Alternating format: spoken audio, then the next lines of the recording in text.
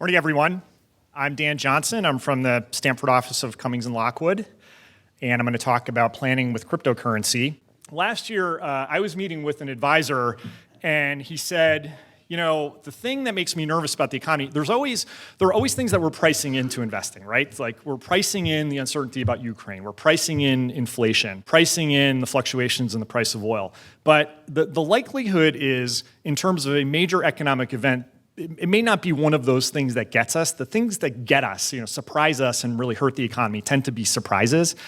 And this advisor said, and this is early in 2022, he said, looking around, one of the candidates, I think, is cryptocurrency.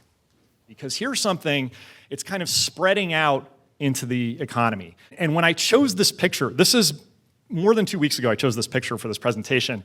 And the reason I chose it was because I watch baseball, and it took me halfway through the season. I'm like, hey, what's FTX? I see this on the umpire. I've never seen the umpires have an ad on them before. What's FTX? And I'll come back to that in a second. So this guy was saying, now some custodians are starting to offer cryptocurrency as part of retirement plans. And what does that mean for us? If we're custodians of plans, is it responsible to even offer that as an option to our employees? Again, FTX, they sponsored the Major League Baseball umpires this year.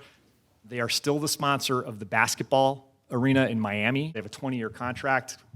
Probably is not going to last much longer because FTX kind of spectacularly declared bankruptcy about 2 weeks ago with about $8 billion of reported debt. And it seems like the problem, at least the biggest problem as we understand it now, is that customer funds, customers who invested and had money on the exchange, their funds were used to prop up another crypto trading firm called Alameda Research, which was owned by the founders of FTX.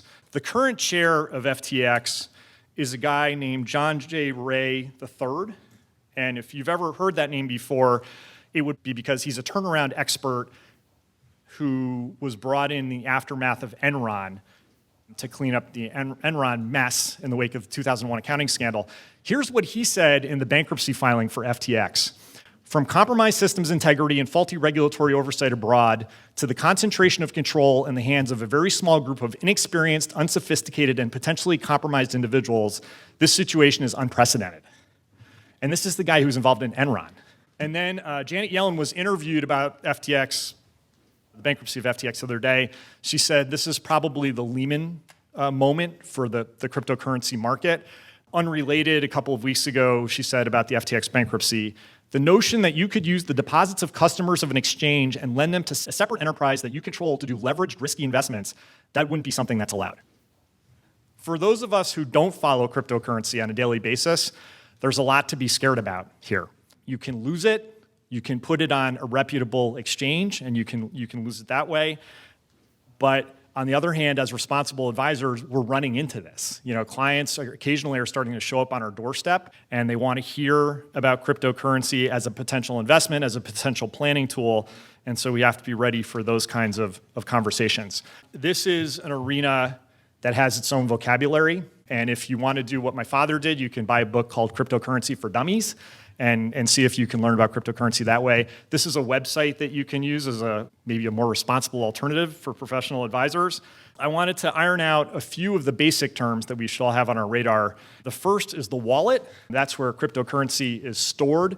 There are cold wallets and there are hot wallets. A cold wallet is a wallet that is not connected to the internet. So that would be the guy from Wales who had his hard drive, which was not connected to the internet, to his detriment. A hot wallet is connected to the internet, so arguably a little bit more dangerous because then you're subject to hacking. There are private keys and public keys. The private key is your password to access the wallet and control the cryptocurrency, and these passwords are very long and complex, and that's how you really access the currency and control it. The public key is something you give to someone in connection with a transaction so that they can access the currency that's been transferred to them. Some writers have said, think of the public key as like the bank account number, and the private key is like the password or the PIN. The private key is really what you need to control the asset in the account. Mining is using computer technology to solve math problems that verify transactions related to the currency. And when you mine, when you do what James Howell did then you get coins in return. So we tend to, when we're talking about cryptocurrency, most of us tend to focus on Bitcoin because that's what we hear about the most. There are other kinds of cryptocurrency. I think a thing to know, if you had asked me a year ago, name another kind of cryptocurrency, I probably would have said Ethereum. The market cap of Bitcoin is 3 times the market cap of Ethereum, and the market cap of Ethereum is 3 times the market cap of the next 3 competitors that I had never heard of. So they really are. Bitcoin and Ethereum are the 2 biggest players. I'll talk about some others as we go through this. The other word to know is blockchain. This is the ledger that facilitates the process of recording transactions and tracking assets. The thing about blockchain technology is that it relies on multiple servers in order to approve a transaction and go ahead with a transfer.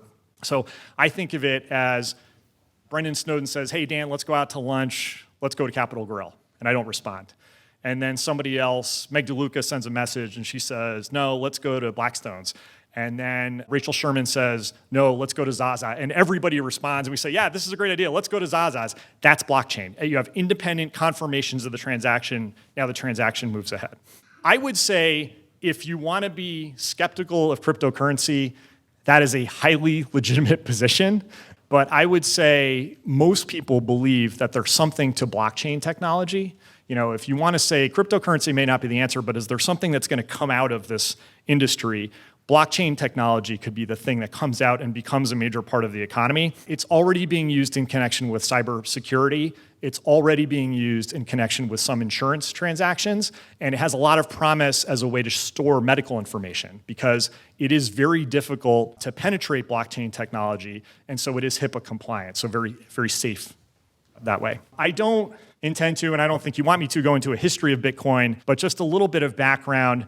It was created as a response to the financial crisis of 2008, 2009. The concern behind the person who wrote this white paper is that in times of financial crises, governments that control their currency tend to flood the market with currency, thereby devaluing the currency that's out there. And so the thought was, if we could create a currency that had a limited number of shares, in the event of that kind of an economic event where governments were tended to print more money, this would still have a limited number of shares, and so the shares should hold their value and not go down. So that's the theory. Obviously, you know, talking about FTX, talking about James Hollis, we've seen some of the dangers. Other dangers are, as we've seen, this stuff is very volatile. So if you had to ask me another kind of cryptocurrency I had heard of before the last couple of days, Dogecoin is one that has gotten probably a disproportionate amount of press relative to its value. The first time I heard about it was when Elon Musk was on Saturday Night Live in May of 2021. During the Weekend Update segment, he made jokes about Dogecoin, and you know, the punchline of the joke was basically, like, yeah, this whole thing is made up.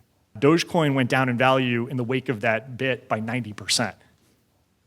Now that he has purchased Twitter, he has started talking about creating wallets on Twitter that could be used to store coins, and Dogecoin has gone back up by 40%. So here's, you know, big market moves based on the whims of this very wealthy, influential person. Legally, this market is still basically the Wild West. I have a father-in-law who's a securities lawyer at Citigroup, and one of his jobs used to be to go in and talk to wealthy families. And so, you know, wealthy family, we have $100 million. Why should we put all of that at Citigroup? Why shouldn't we put $50 million at Citigroup and $50 million someplace else?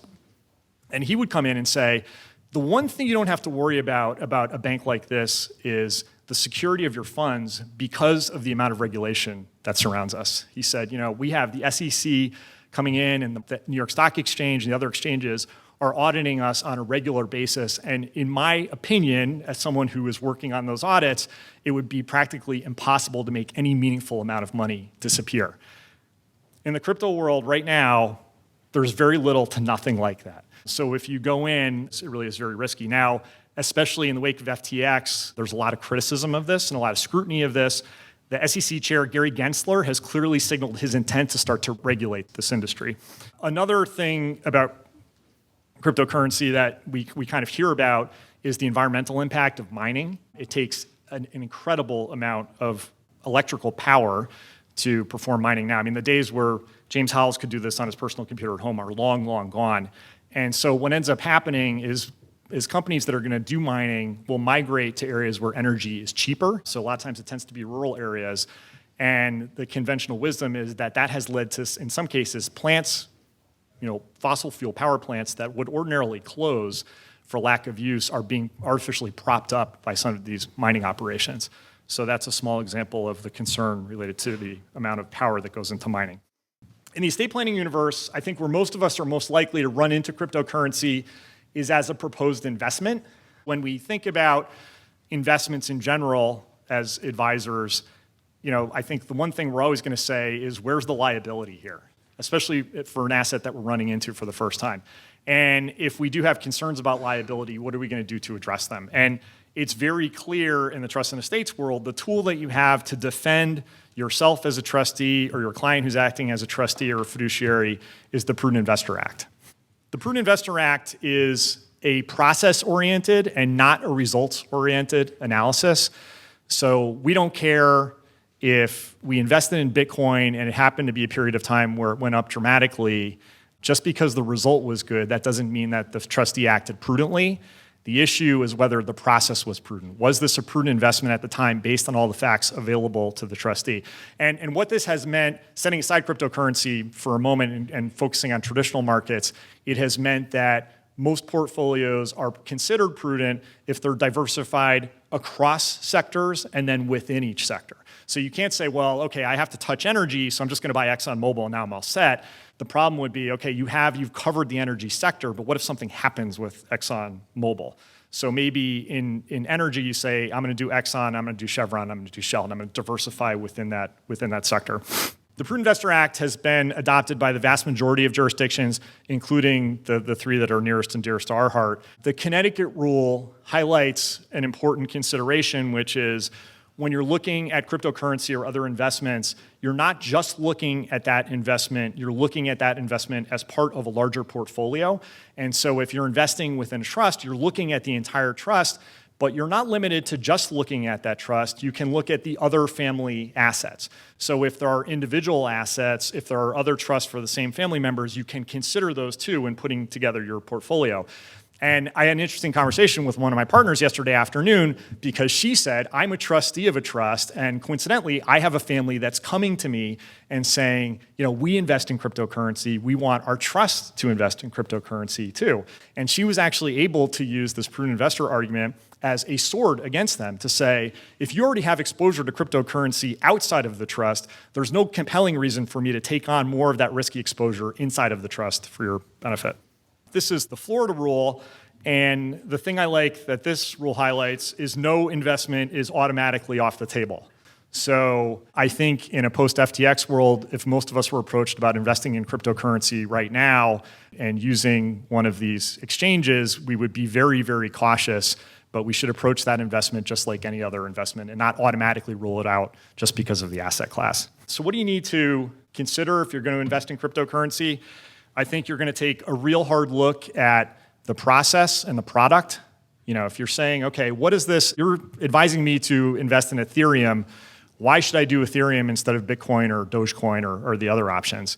Who's bringing it to me? How does this look? Are we going to put it on an exchange? If so, what are the benefits of that exchange relative to the other exchanges? And how does this fit into the overall portfolio? If you decide based on all of that you're going to go ahead, some other protections that you can put into place, you would love to have a document that says explicitly it's okay to invest in cryptocurrency if possible. If you don't have that kind of protection in a document, you would love to do an accounting every year and get the beneficiaries to sign off on the fact that a trust is holding cryptocurrency. In a dream world, you'd love to get a court order approving this kind of an investment, but that's hard to imagine in the current environment. Once the decision to go into cryptocurrency has been made, now you're back to your normal blocking and tackling of monitoring investment and making sure it's protected. In the post-FTX world, I think we're all going to be focused, if we're using an exchange, particularly on the quality of that exchange and potential liability for choosing the wrong exchange. Again, in an interview 2 days ago, Larry Fink, who's the CEO of BlackRock, said, this is him, we know other exchanges are going to fail. Other cryptocurrency exchanges are going to fail. So in that environment, I think your eyes have to be wide open about going into a cryptocurrency exchange. Even in a pre-FTX world, you have to monitor your investments on an ongoing basis. And this is something that has changed, I think, even while I've been practicing. I think there used to be a sense that I could afford maybe to ignore the poor performance of an individual investment for a month or maybe even 2 months before I had potential liability for not acting. If you read the literature about this, that period has gotten dramatically shorter because of technology. And I think there's a thought that, if you have a bad investment that's headed downhill, you better make sure within 2 weeks that you have a plan for that investment, unless you have a long-term outlook that says it's going to recover. So we have to be a little bit more nimble than we might have been 20 or more years ago. Like any other asset, we have to make sure it's protected. So we have 2 options here. We can put it on an exchange. Someone else holds it for us. This is the FTX potential problem. What's our level of confidence in the exchange while these things are lightly regulated or unregulated? We can hold it ourselves. Now we know it's safe. It's not subject to hacking if we use a cold wallet and it's part of a hard drive that's not connected to the internet. But now the thing is, you can't lose your passcode or your passkey. So you have to make sure there's redundancies built in. And this is a place, it seems old-fashioned, but this is a place where people are saying, put your passkey in a safety deposit box and make sure the right people have access to that box. Or if you don't do that, make sure you have other redundancies in place. What kinds of planning are we seeing? I personally have had a couple of cryptocurrency investors approach me about using GRATs. It does seem like it's an asset that is well-suited to GRATs in terms of the volatility. The biggest challenge with one of the clients I was working with was convincing him we actually had to segregate the assets that were going into the GRAT into a separate wallet, that there would be somebody potentially who could look over his shoulder in the future. And so we had to observe the formalities of the GRAT. Now, when that GRAT, if it succeeds, it'll pay into a CERT, so a spousal estate reduction trust, for the benefit of his wife and his children. And then the question will be, his wife is the trustee of that trust. Does she continue to hold cryptocurrency in that trust? Or if the technique is successful, should she exit cryptocurrency in favor of a more traditional investment? I haven't seen yet a client who has approached me, at least directly, about putting cryptocurrency into a CERT. But in light of the discussions we've had about the exemption potentially going down January 1st, 2026, it wouldn't surprise me to have those kinds of conversations for clients who are enthusiastic about the future of cryptocurrency or remain enthusiastic about the future of cryptocurrency. And from CERTs, it's a short leap to a dynasty trust. It wouldn't surprise me to hear very wealthy cryptocurrency investors saying, I'm going to use up all my exemption, let's put it in a dynasty trust and benefit multiple generations. A couple of other things. An interesting aspect of this world and the larger tech world is that something called effective altruism has really penetrated into this world. If you've never heard of effective altruism, it's the idea that there is a virtue to getting rich so that you can donate money to help solve the world's problems. And part of that, for the real adherence to it, is that there is a virtue to treating this as a duty and living very simply and giving away as much as you can. So I mentioned that to say that's something that's in the tech sector. And again, it wouldn't surprise me to be approached by cryptocurrency investors who say, I'm very interested in significant charitable planning.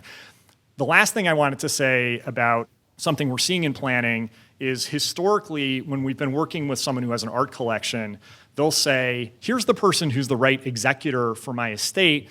The problem with them, they can supervise all aspects of this. The problem is they know nothing about the art world. And so I'm going to name someone else as the art executor of my estate. And sometimes we see it with authors too, where we'll have an executor who is just there to manage a collection of written works by an author. And I think it's something worth considering in the cryptocurrency world. If you have somebody who's really into cryptocurrency and has significant positions, should you have a crypto or a digital executor whose sole job is to manage this one basket of assets? Again, if we're doing this kind of planning, we want to build in the appropriate protections in the trust.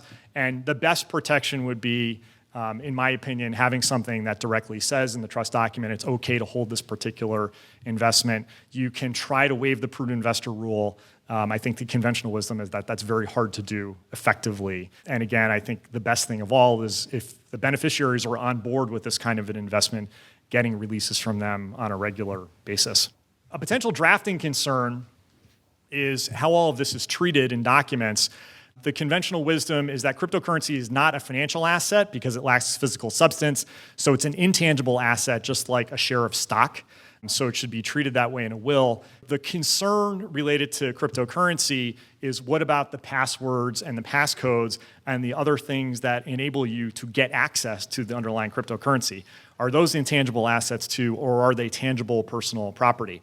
And the reason that concern arises is, what if I am drafting a will for a client in a second marriage and I say the tangible personal property, the clothing, the jewelry, and potentially the access to the cryptocurrency all goes to the spouse and everything else goes to the children from the first marriage. Now, I could have unintentionally, potentially, successfully separated the cryptocurrency from access to the cryptocurrency.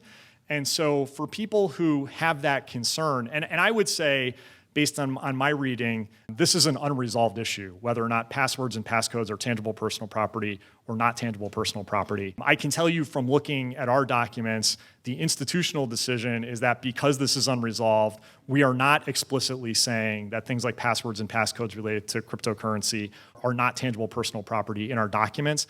However, we do have the sentence on the shelf. So if we had the kind of concern I just described, where it's a second marriage and tangible personal property is going one way and everything else is going a different way, it is easy enough to address in the documents to make sure that the cryptocurrency and the access to the cryptocurrency go to the same place. What does the IRS say about all this?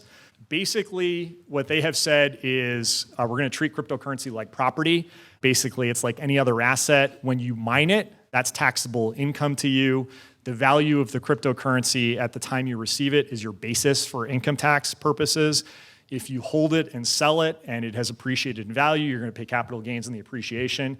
If you gift it away, the donee of the gift is going to receive your basis, just like gifts of other property. If you hold it until the time of your death, you get a step up in basis for income tax purposes to the extent that there's been appreciation. So all of those rules are the rules we're familiar with: income tax, estate tax, gift tax. The issue, I think, historically, or at least up to this point, has been enforcement. When you read the numbers of the reported capital gains in connection with cryptocurrency in the late teens, early 20s, it's a shockingly low number, suggesting that maybe some of these transactions have not been getting reported. And so this is in the crosshairs of the IRS. And there's definitely a thought that as part of the Inflation Reduction Act, as we all know, the IRS is getting $80 million. And there's a thought that a big chunk of that may be dedicated to digital enforcement of the income tax rules in particular.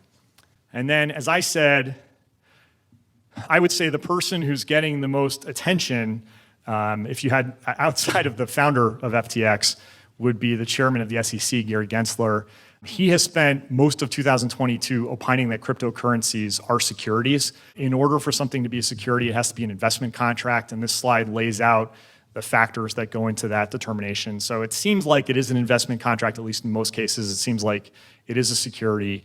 And I think in the wake of FTX, there is going to be tremendous pressure on the SEC, and we're headed in the direction of strict regulation and defined disclosure of risk in connection with cryptocurrency. So that is a tour of cryptocurrency at a sprint.